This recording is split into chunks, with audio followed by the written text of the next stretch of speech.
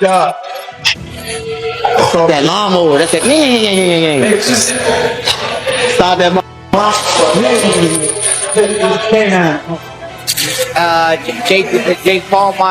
Jake Paul might be too big for him, or Tank might crack him. You don't know. I made a post and basically told Roach. He tagged Lamar Roach and he said, "Look, you're not getting that fight with Tank." Life of Gervonta Davis as he prepares for Jake Paul is all about focus and hard work, as every session is built around sharpness, power, and speed. From conditioning drills to sparring, he stays disciplined and locked in on his goals. Each workout shows his determination to prove himself ready for the challenge ahead, with no room for distractions.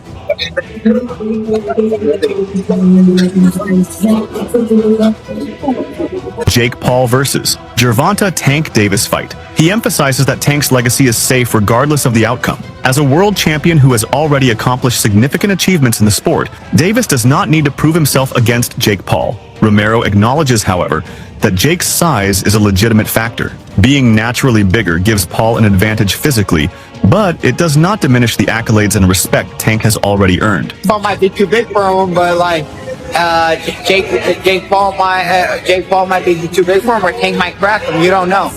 Like I said, or as an exhibition, we don't know if they throw at each other or not, or we don't know. I don't know. I can't give an opinion because I don't know what's going on.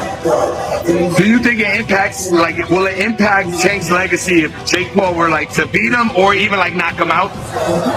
Dude, Tank's a 3-division world champion, 4-time 3-division world champion. At the end of it, bro, you can't take anything away from him. You know, some people trying to give, that's fair, some people trying to give Tank a hard time. They're saying he should have took a fight with Lamar Roach or Shakur Stevenson.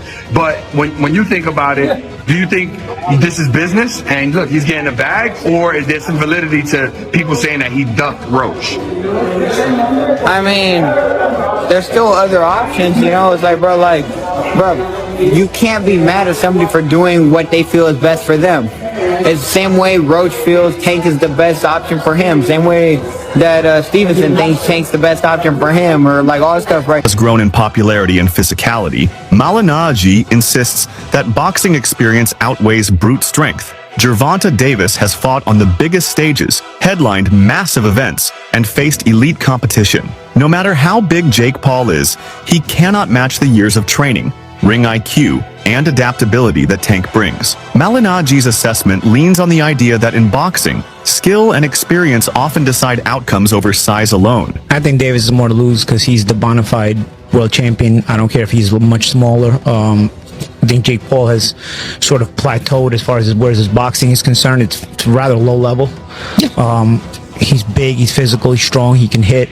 So there is that risk. Davis, at lightweight, you're in a moment where it's too physical for you. You can clinch. Against the heavyweight, where you clinching? You ain't getting out of that corner just clinching anymore if you run out of space. You know what I mean? So it's interesting. But Davis, listen, there's a lot of talking points that I'm sure we'll get into when this gets closer to the fight. Davis can still punch a lightweight, can drop a heavyweight. There's a lot to gain there, right? If Davis knocks... The answer is yes. If Davis drops Jake on his ass, as much as Davis is the one with more to lose, it's still a highlight moment. A visual that will stay forever. Yeah, but if you get dropped, even if you're smaller, you're still a world champion in multiple weight classes. If you get dropped, what's the look? What's the feel? On the inside, as boxers, me and Chris Algieri, the champion, even you, Jimmy, you have fight experience, so we know that the risk is a big guy that big hits you. You're probably going down if you're a small guy if he hits you clean. So we know the risk, but how does it look to the public eye who don't understand that? You know what I mean? The public. So there is a lot to lose, though. There's a bit to gain. I wouldn't necessarily have an issue with this had Davis's career arc been one that benefited boxing. Davis was manufactured and put into a position where he's supposed to benefit boxing, and I don't think he has. I think he's hurt boxing.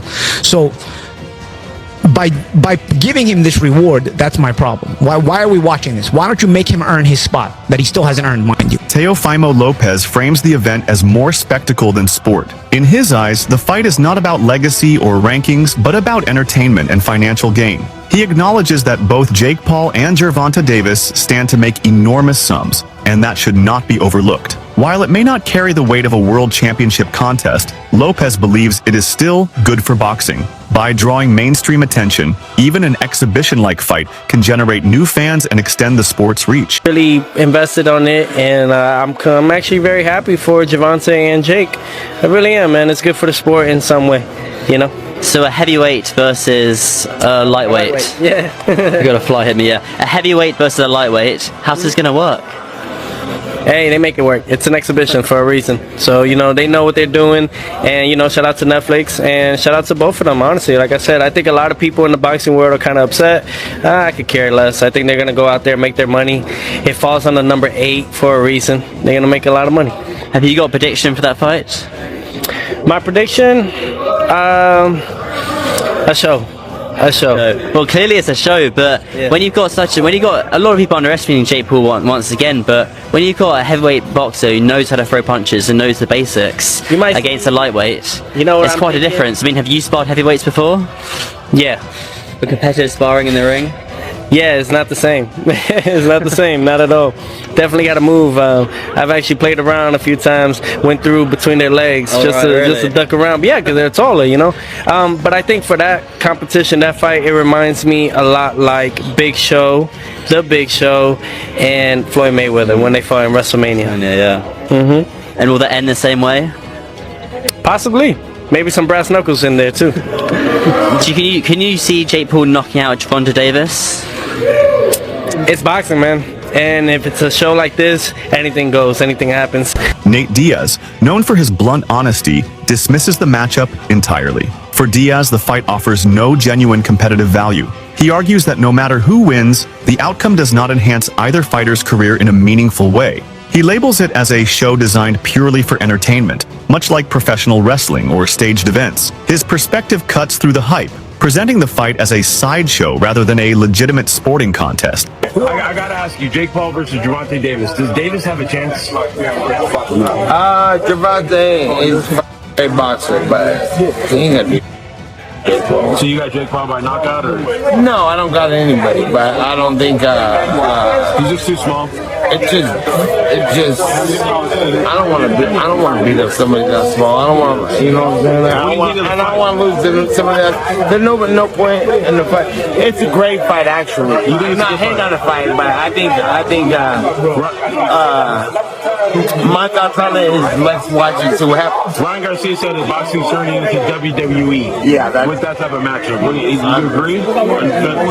Last thing, White House card, like he said, you want Conor McGregor? Yeah, but the whole thing's at WWE, so like, at least that's happening and getting something to talk about, something to watch, and I'm looking forward to that fight actually. Jeff Mayweather echoes Nate Diaz's sentiments with equal skepticism. He finds the matchup unusual and questions the motivation behind it. To Mayweather, there seems to be little logic in pairing an established champion like Tank with a YouTube star turned boxer in Jake Paul. While he acknowledges the business side of the sport, he still considers the event odd, bordering on unnecessary. His commentary reflects the confusion many traditional boxing fans feel about crossover fights.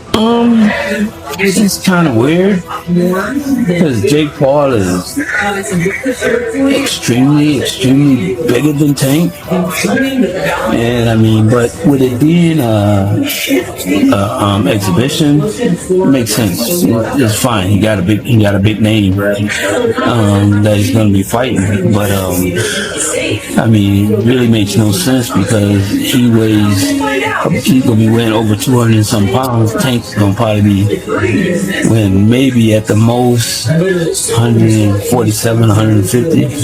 So I don't even understand why the fight is happening. KSI, who has been in the influencer boxing scene himself, sheds light on Jake Paul's promotional tactics. According to him, rumors of Jake Paul fighting Anthony Joshua were never realistic. Instead, KSI claims, they were designed to stir hype and mislead the public. In his view, the fight with Tank is another step in Jake's strategy of building buzz, rather than pursuing legitimate heavyweight-level competition. KSI's words underline the theatrical and often manipulative nature of modern boxing promotions. I knew AJ and Jake was never going to happen. I didn't.